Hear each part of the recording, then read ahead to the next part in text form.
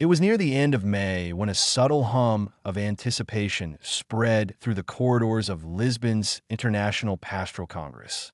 Over the days leading up to that final session, attendees from every corner of the globe had gathered to discuss, share, and celebrate visions of faith in the modern world. No one suspected that this last prayer, apparently routine, scheduled for the afternoon, would become the most talked-about event of the entire gathering, sending ripples far beyond the city and well outside the church. It happened when Cardinal Luis Antonio Tagle, a quiet but deeply respected figure, took to the lectern to offer a short, concluding invocation. Dressed in simple robes, with the sun coming through stained glass above him, he bowed his head and began to speak. At first, it sounded like any prayer he might lead, his voice resonant in English. But then, without warning, a new tone took shape. The words that emerged were like no language on earth, at least not any that living ears had heard. Delegates described its timbre as somehow ancient, a mesmerizing cadence that was felt rather than merely heard. Some said it sounded faintly Semitic, older than Hebrew, reminiscent of inscriptions left near the Qumran caves, but even that was an approximation that fell short. Audio experts later claimed it was as though the speech possessed an internal pattern not found in recognized human tongues. It baffled linguists, who pored over every syllable in the days to come. But in that moment, people in the conference hall only knew they were experiencing something extraordinary. They reported feeling an almost electric hush. Pens dropped from hands, smartphones ceased recording, throats tightened, and eyes welled with inexplicable tears, as though an invisible wave of awe had descended upon them. The pause after that prayer was said to have lasted 3 seconds, but to those present, it felt like an eternity. Something in the air, or perhaps something beyond the air, had touched them. Reports from that day say the strangest aspect was that Cardinal Tagle, once the prayer ended, appeared just as bewildered as everyone else. He slipped back into English to close with his customary blessings, as if returning from a place beyond thought. Yet the room remained suspended in utter silence. People turned to each other with wide eyes. Then, from various corners, one delegate from the Philippines, another from France, yet another from Kenya, came the same whispered sentence, a phrase whispered in Portuguese, French, Swahili, Tagalog, but all meaning the same thing. The name is spoken not with the tongue, but with the soul that kneels. Later interviews revealed none of these delegates could explain why they spoke those words. They only felt compelled, as though their very souls recognized something that their conscious minds did not.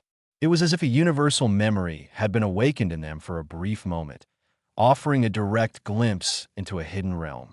Even Cardinal Tagle, once he realized that the audience was seized by something inexplicable, seemed slightly shaken. Privately, he would later say he remembered starting his prayer in English and then feeling a wave of radiance, an indescribable kind of luminous presence, flowing through him until the moment he returned to his seat. But what was it that everyone had experienced? Had it been glossolalia, speaking in tongues, a gift occasionally reported in charismatic movements? Or was there more at play here? Those questions traveled fast. Within hours, 6 different video recordings from the conference were uploaded by delegates onto private drives, then sent in encrypted messages to the Vatican. A sense of urgency pulsed through the Church's leadership. Pope Leo XIV, who had always shown an openness to recognizing the possibility of miraculous or mysterious occurrences, ordered an immediate review. Analysts in the Secretariat for Communication and the Dicastery for Evangelization were brought into an emergency session. Officials spent long nights replaying each file, verifying that they were unaltered, searching for any sign that this was a clever hoax. They found none. The face of Cardinal Tagle, illuminated by the Lisbon sun, was unchanging in every angle of footage. The audio waveforms were identical from every microphone. No tampering was discovered. Still, it wasn't conclusive proof of anything. Only that the phenomenon occurred exactly as reported, with no technical explanation immediately available. In the hidden corridors beneath the Apostolic Palace, a small commission was quietly summoned. Though it was officially named something long and bureaucratic, among the curia, it was whispered to be the Commission for Theological Phenomena, a rare group of experts, including theologians, a physicist, a linguist, and a Jesuit priest whose specialty lay in exploring events that defied easy categorization. They were the ones consulted when signs and wonders outside the scope of normal study required deeper discernment. In a small, windowless room, illuminated by just a single table lamp and the faint glow of digital screens, they listened to the recordings. They used advanced AI analysis tools to parse the frequencies, the phonetic structure, the patterns of breath, the emotional timbre of the utterance. The results were perplexing. This so-called language did not align with known grammar, syntax, or morphological structures. It appeared to have a repeating rhythmic pulse that some might compare to music. But it wasn't music in the conventional sense. One analyst described it as sounding almost like an inverted chauffeur call, like a summoning that had been turned back in on itself. Another pointed out the symmetrical shape of the waveform, as if each phrase was a perfect reflection of the next. It's not a language meant to be spoken, read one line of their confidential report. It is a language meant to be heard. Another section read, "We are looking at a vocal structure that emerges whole, as if it never had an evolutionary trajectory in human culture. It doesn't look like the output of historical linguistic processes. It's as though it's always existed and simply waited for someone to speak it." While the commission puzzled over this, other leads emerged. A young Dominican priest, working late in the Vatican library, came across an old parchment fragment from the 1st century. It had been mislabeled, possibly placed in the wrong archive centuries ago, and he had been cataloging items when the unusual writing caught his eye. At first, it seemed nothing more than an indecipherable script. But then, the priest recalled the shape of Cardinal Tagle's audio waveforms. He found a device that converted text into a spectrogram, comparing the rhythmic structure of the fragment symbols to the patterns of the Lisbon recording. Astonishingly, the two matched in cadence, not in literal letters because the script was so archaic that even experts couldn't read it, but in the sense of breath segments, rises, and falls. It was as if the text was a notation for a chant or a prayer older than language. The similarity was unnerving. The priest wrote a letter to the commission, describing his theory that the Lisbon prayer was a spoken version of the same pattern inscribed on that ancient fragment. To add to the intrigue, a Jesuit scholar reported an 80-year-old Syrian liturgical chant that had a vaguely comparable pattern, though it was incomplete and thoroughly overshadowed by more modern chant forms. Another researcher found an obscure reference to inscriptions in Syrian caves, which seemed to echo the same structure. The deeper these experts dug, the more they uncovered references to a breath or echo that seemed to have no direct link to established tongues. It's not ancient. Pope Leo XIV would say quietly, it's eternal. Reports reached his desk daily, each more astonishing than the last. He insisted on listening to the Lisbon audio in private 3 times in a row and was overheard whispering, "It's a summons. It's beginning." Meanwhile, Cardinal Tagle had returned to Rome. Shaken by his experience, he withdrew from public speaking, turning down all interviews. Those close to him said he spent countless hours in prayer at the chapel of the Congregation for the Evangelization of Peoples. A staff member there found him one evening simply sitting in silence, tears on his cheeks, as though he were grappling with an immense presence that mere words couldn't convey. When at last he wrote a short statement for the church, it was deeply introspective.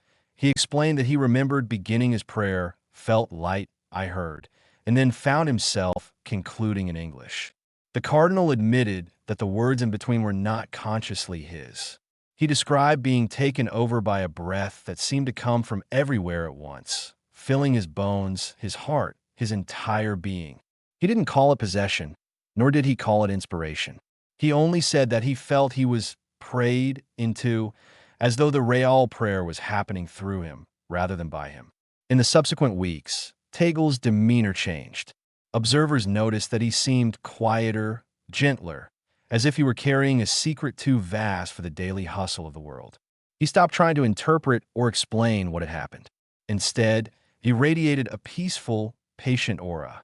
Anyone who spoke with him left feeling a hush in their own heart, a sense that they had encountered a door into a silent depth. It was said that in a small office, he scribbled poems or echoes, as he called them, but he refused to publish translations. He claimed they weren't meant to be read in normal languages. They were an embodied memory, something to be received by the soul. The curious found this mystifying, but many also felt drawn to it, as if some deep chord was vibrating within them. The transformation was not limited to Cardinal Tagle. Pope Leo XIV, upon reviewing the Commission's findings, seemed to undergo his own shift. Known as a thoughtful, pastoral pope, he now spoke often about the importance of silence. Audiences that came expecting grand theological expositions found instead a pontiff who urged them to simply listen, to each other, to the quiet pulse of God in the world, to the mysteries that words cannot hold. The Pope wrote a private note to the cardinals, saying, "We stand at the threshold of something we once knew. This language is not lost. It is the memory that has returned to remind us of who we are." He took an unusual step and had the Lisbon audio broadcast 3 times within the Vatican's internal channels, not for analysis, but for pure listening.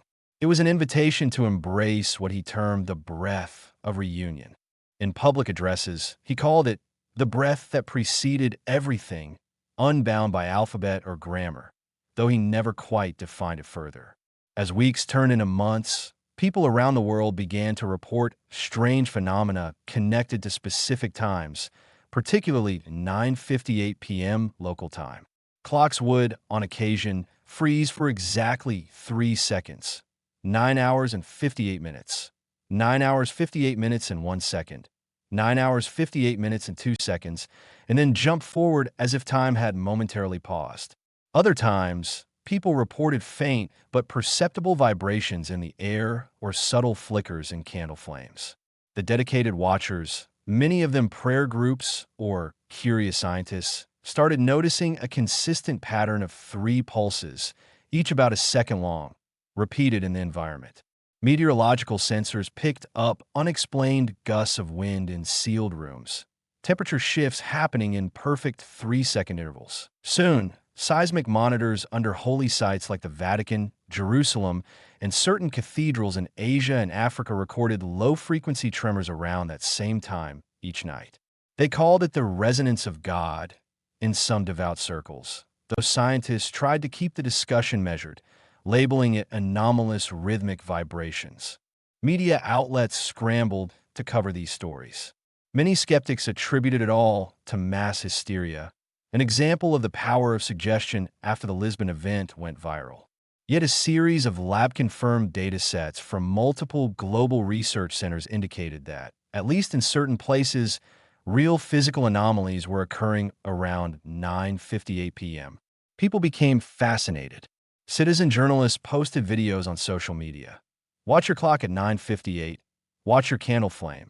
See if you notice anything. At first, only the deeply faithful or the extremely curious took part. Then, more and more individuals reported they had felt 3 pulses passing through their chest. They described it as a gentle pressure, a quiet presence, or an echo. Some claimed that as soon as it passed, tears formed in their eyes without sadness or pain, more like recognition of something ineffably beautiful. Stories began emerging from hospital wards. Patients with serious memory issues or advanced dementia would suddenly sit upright at 9:58 p.m.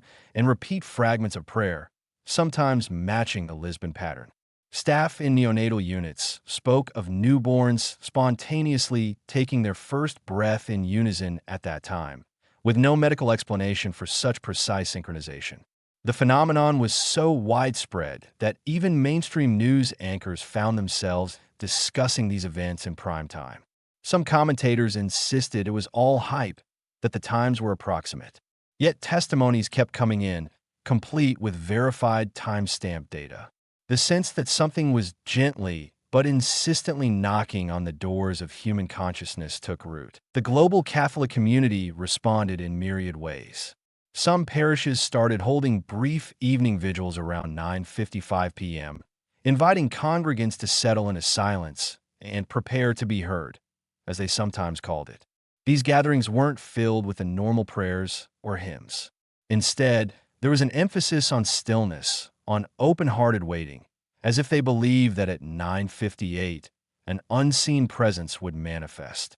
In many places, people found themselves crying softly or feeling a wave of peace descend. This pattern began transcending denominational lines. Protestant congregations, Orthodox churches, even communities of other faiths reported similar experiences. It was not a dogmatic phenomenon. It felt more universal, a shared hush in which everyone seemed to connect with something bigger than any single tradition. Then came the discovery of hidden chambers. Deep beneath the Vatican, among catacombs and storerooms long forgotten, a small room was found behind a sealed panel. Inside, investigators encountered a stone pedestal etched with a simple symbol, a circle containing what looked like a small flame. A bronze bowl sat atop the pedestal, apparently empty, yet coated with centuries of dust. Witnesses swore that as they stood there, the air felt thick and reverent, as though they had entered the heart of some primeval silence. One cardinal present reported that drops of condensation began to form in the bronze bowl, even though the air was bone dry. Another described seeing a faint glow, though there was no visible light source. The Pope later visited in secret, kneeling for a time, and emerged with trembling hands. Some said he whispered, "It remembers us." The symbol on the pedestal began appearing in other newly uncovered sites. A locked room beneath Castel Sant'Angelo, a hidden chamber in a church in Damascus rumored to date back to the earliest Christian gatherings.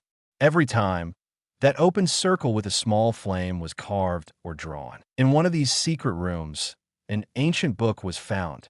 When opened, it did not contain normal text, but a series of loops, curves, and small markings that seemed to swirl together, reminiscent of the shapes in the Lisbon audio waveforms. Those who gazed upon these pages reported hearing a low hum, though no external sound was detected by instruments. "Its memory made visible," commented one Jesuit scholar, before he broke down in silent wonder. Every new discovery fed the sense that humankind was standing on the cusp of a spiritual reawakening. The Church, which for centuries had been seen in some corners as overly focused on dogma, found itself urging believers and non-believers alike to enter into a kind of interior silence. Pope Leo XIV's homilies frequently referenced the idea that creation itself was remembering God, that the pulse was not new but newly perceived. His final encyclical letter, quietly circulated among bishops, suggested that at 9:58 p.m., we might remember the name that is breathed before words. It was an exhortation not to chase spectacular miracles, but to let go of the incessant need to explain or control. In one poignant line, he wrote, "We do not stand above or outside this invitation. We are part of it. We must kneel, we must listen, we must return." Over time, stories from everyday people flooded in, capturing the same fundamental experience, a gentle nudge, a hush of awe, a fleeting sense of being deeply known or recognized. One teacher in Brazil recounted how her entire class of 7-year-olds spontaneously began humming a simple melody right around 9:58 a.m., the a.m. hour in that instance. She asked them where they learned it, and they shrugged, saying they felt like they'd always known it. Another father in India described his toddler suddenly stopping in the middle of play, placing his hands together and softly chanting sounds that matched, in pitch and timing, the Lisbon audio. He insisted he'd never expose the child to any such chant. In Kenya, villagers told a journalist about elderly men and women who had never left their homeland, yet they began uttering fragments of that same phrase, about the name that the soul speaks on its knees.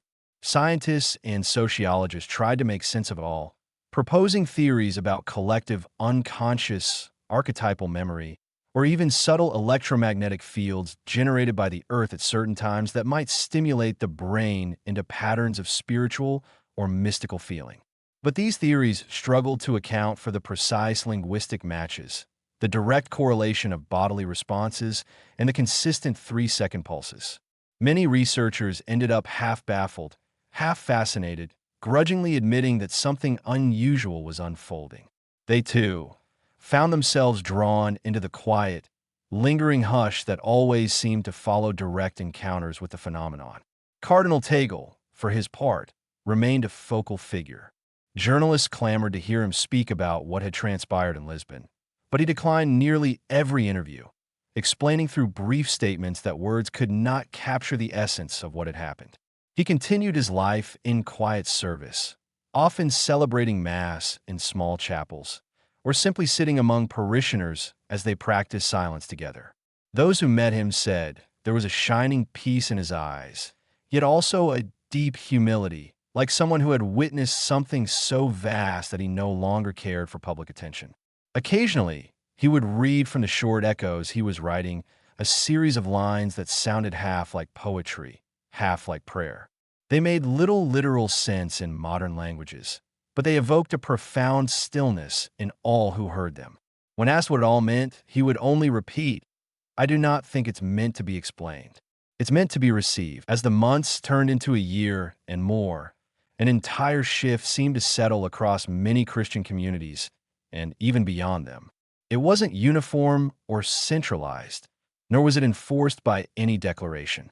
Yet there was a growing understanding that the usual rush to define doctrines, argue theology, or battle ideological differences was less important than humbly listening to the presence that had been unveiled. Pope Leo XIV signaled this shift by hosting a global day of stillness. Millions of Catholics, joined by believers of other faiths, and even some who claimed no faith at all, synchronized their hearts to one intent: to be silent and open, especially at 9:58 p.m. local time. From large cathedrals to small house churches, from remote villages to towering city buildings, countless people paused, joined in a hush. Reports from that day spoke of a soft wave of breath, of tears that felt like homecoming, of an unspoken recognition that in that moment they remembered something fundamental about being human, that we are part of a vast and loving mystery, a presence that transcends every boundary we place on it. Global media, typically hungry for controversy or sensational headlines, found themselves covering stories of quiet transformations instead. News anchors reported on families reconciling after years of estrangement, citing the phenomenon as a catalyst for reflection and humility. Educators noted that children, more than anyone, seemed to adapt naturally to the practice of listening. They knelt or folded their hands with ease, as though they intuitively understood reverence before they could define it. Social networks, paradoxically, lit up with discussions about the power of stepping away from constant chatter into purposeful silence. A new wave of digital minimalism took hold, with some users logging off every night before 9:58 p.m. to be fully present if they felt the gentle pulse pass through. The church, once criticized for being out of touch or overly doctrinaire, now found new vitality, not through expansions of authority or theological pronouncements, but through a humble readiness to say, "We do not fully know, but we are here to listen." Monasteries reported a surge of visitors coming not just for retreats, but seeking guidance in the art of silent prayer. Monks and nuns, who had cultivated the practice of stillness for centuries, became spiritual guides for a populace awakening to something that defied words. In homilies, priests and bishops often alluded to that speech from Lisbon. The name is spoken not with the tongue, but with the soul that kneels. They reminded the faithful that kneeling was less about submission to authority and more about acknowledging our rightful place in the vastness of creation. In some sense, the universal dimension of that statement bridged gaps across denominations and even across religious traditions, as if pointing to a shared human longing for communion with the sacred. Simultaneously, experts continued investigating the deep space signals that the Vatican Observatory had recorded years prior. Some older data logs revealed a mysterious transmission lasting about 3.03 seconds, repeated at intervals that no known cosmological source could explain. After the Lisbon event, new signals were detected. When reversed and slowed down, these cosmic recordings seemed to match the tonal pattern of Cardinal Tagle's prayer, though that conclusion remained debated in scientific circles. A few astrophysicists quietly collaborating with Vatican researchers privately speculated that some cosmic resonance, might be echoing across the galaxy.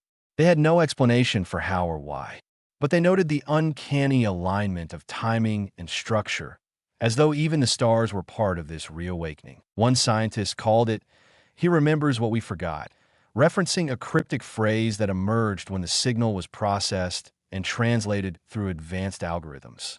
They declined to release these findings widely, not wanting to spark panic or sensational claims.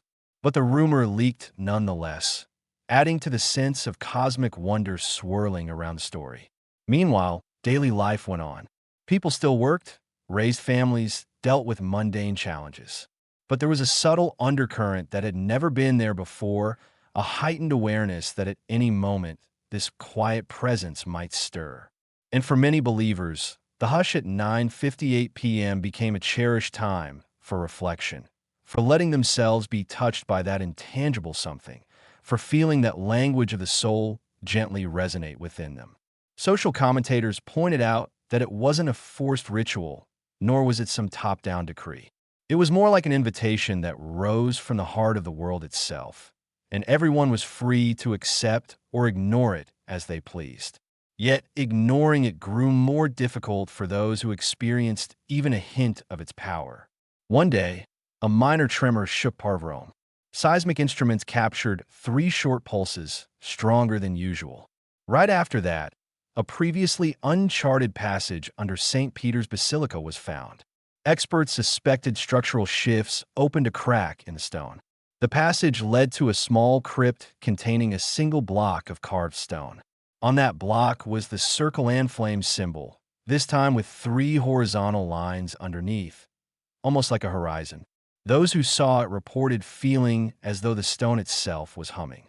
When church authorities arrived, they brought along specialized equipment, but the instruments registered only negligible readings. And yet, the visitors themselves swore they felt it vibrating through their feet, up their legs, into their chests. One cardinal said, "It's as though this place never forgot the presence. We're the ones who forgot." The same day, Pope Leo XIV delivered a short message from his balcony. Thousands gathered below to hear him. His words were gentle.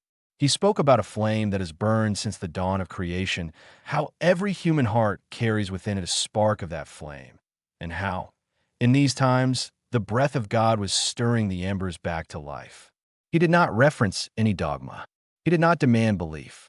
He simply invited all people to remember the love that pulses at the center of existence, a love that surpasses every boundary of language, tradition, or understanding. Many described his voice as shaking with emotion, and some said they too felt that soft, 3-beat rhythm in their own chest as he spoke. In the background, Cardinal Tagle continued to live his quiet daily life, celebrating Mass for small groups, kneeling in chapels late at night, occasionally offering one of his cryptic echoes, and always carrying that air of calm. He had become, in a sense, the living symbol of the Lisbon moment, someone who surrendered to a presence far greater than himself, emerging not with pride or certainty, but with humility and trust. People from across the world wrote him letters, sharing their own experiences of the hush or the pulses, describing how they too had no words for the comfort and awe they felt. Sometimes he wrote back a short reply, but mostly he just prayed for them in silence. He once confided to a friend that the real transformation lay not in the phenomenon itself, but in the way people opened their hearts to it. As time passed, more accounts poured in of how entire communities were recentering their priorities. Emphasis on compassion and service grew. Organizations that once thrived on constant debate and ideological rifts found themselves softened by a desire to listen first. Families that had long been separated by grudges or misunderstandings found the courage to reconcile. While not all conflicts vanish from the face of the earth, human nature being what it is, the overall cultural shift was undeniable. People spoke of a universal return to a simpler, more fundamental relationship with the sacred. Even critics who dismissed the supernatural aspect noted that the social benefits were real: calmer discussions, a gentler approach to disagreements, a shared moment each night when many paused to reflect. Psychologists studied what they called the 958 effect, noting decreases in stress and anxiety among those who regularly participated in these moments of stillness.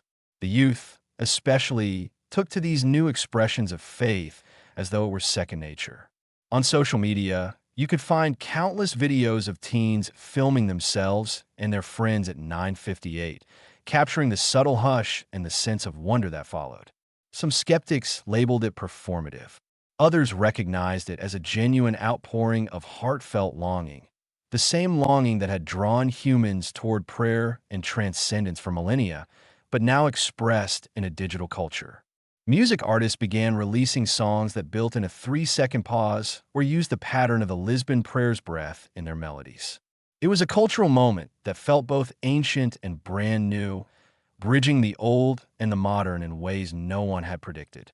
Through it all, the Vatican continued its investigations, but mostly in a spirit of reverence rather than scientific conquest.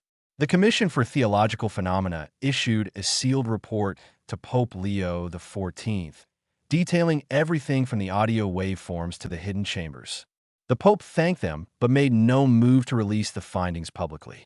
Instead, he gave a simple directive: protect the hour of the whisper, by which he meant, do not let it become commercialized or trivialized. He called upon bishops worldwide to treat the hush at 9:58 p.m. with gentleness, never to impose it as a rigid practice, but to let it flourish as an invitation that people could freely accept. The Church, in effect, began modeling a type of leadership that guided through humility and listening rather than declarations. It was a marked shift in tone from previous eras. Even long-standing Vatican insiders remarked they had never seen a pontificate place so much emphasis on patient receptivity. A few radical voices tried to exploit the phenomenon for fringe theories or doomsday predictions, but these largely failed to gain traction. Their fear-mongering contradicted the overwhelmingly peaceful and unifying experiences people were having. It was hard to link a gentle hush, a breath that seemed to evoke love and compassion, to threats of wrath and apocalypse. Indeed, many faith traditions outside Christianity found the phenomenon resonated with their own mystical teachings. Interfaith dialogues blossomed, not in the usual manner of theological debates, but as shared reflections on the experience of silence and the universal longing to touch the divine. Some credited Cardinal Tagle's original prayer with sparking a wave of spiritual ecumenism more potent than any official initiative the Vatican had previously undertaken. Among all these developments, the question lingered: had humanity truly rediscovered a primordial language of God, or was it simply a momentary collective spiritual experience? The Lisbon event stood at the center of that question, continuing to inspire both intense devotion and earnest curiosity. The official church stance remained that God's mysteries are vast, and the Cardinal's prayer might be one such mystery, a glimpse of a deeper reality that transcends scholarly categorization. The Pope himself, in a private note, described it as a flower blooming in the desert of our noise, a chance to rediscover the living waters that flow beneath the surface of what we perceive as ordinary life.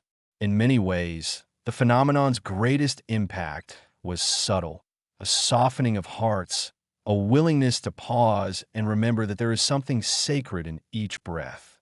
People no longer saw the spiritual life as a competition for doctrinal supremacy. Instead, they spoke of it as a dance of remembrance, guided by a melody older than words. Cardinals, monks, pastors, and believers from all walks of life reported that the deepest changes happened not through grand pronouncements, but in quiet corners of daily existence, when someone felt that gentle nudge and found themselves unexpectedly open to grace. Years after the Lisbon Congress, you could still find pilgrimages forming to visit the site where Cardinal Tagle first spoke that mysterious prayer. The conference center itself had become a minor pilgrimage spot, where a simple plaque commemorated the day the entire hall fell silent in reverence. Yet the real pilgrimage for most happened every evening, wherever they were when their clocks approached 9:58. It was a pilgrimage inward to the space within where the breath of reunion could be felt. People described a feeling that, despite all the chaos of the modern world, something profoundly good and unifying was at work beneath the surface. In essence, the phenomenon had reintroduced a kind of wonder that many felt had been missing from global culture. The Pope's final letter before retiring reaffirmed the significance of the hush. He wrote that in centuries to come, historians might call this age the time of the Great Return, not because there was a revolution in the usual sense, but because hearts were quietly turning back to the source. He ended with a line that captured the essence of the event. We do not master this breath. It masters us. We do not speak this name. It speaks us. In that single sentence lay the mystery of Lisbon, the transformation of Cardinal Tagle, and the shift in countless souls around the world. No theological treatise could fully explain it. Yet millions lived it, night after night, breath by breath. And so the world carried on, changed in ways both subtle and profound. Conflict still arose, tragedy still occurred, but amidst it all was this quieter current of remembrance. Children taught it to their parents as naturally as if it were a lullaby that all humans had once known by heart. Elders, once skeptical, found tears of joy welling up for reasons they couldn't articulate. And in churches, chapels, bedrooms, hospitals, and under starlit skies, people paused each evening, letting the hush fill them, remembering the presence that holds all life in a love deeper than any spoken word. Whenever someone asked whether it was real or imagined, the simplest answer was often, listen, because that was the entire invitation, a call to listen with the soul, to kneel inwardly, to receive a name beyond the limits of vocabulary. Though no single day could be marked as the official end to these revelations, it was clear they had left a lasting imprint on humanity. In this sense, the Lisbon prayer didn't so much conclude as continue unfolding in each moment of silence where hearts turned toward it. Even now, if one steps into a quiet place at 9:58 p.m. and allows themselves to become still, there might be a faint echo of that timeless breath. 3 pulses, gentle yet insistent, summoning us to remember a truth older than history, a wordless language that carries the warmth of creation itself. And so the story goes on, not as a neat chapter, but as a living, breathing testament that behind all the clamor and complexity of our age, there remains a simple invitation to return, to kneel in the soul, and to let the name be spoken in a silence that unites us all.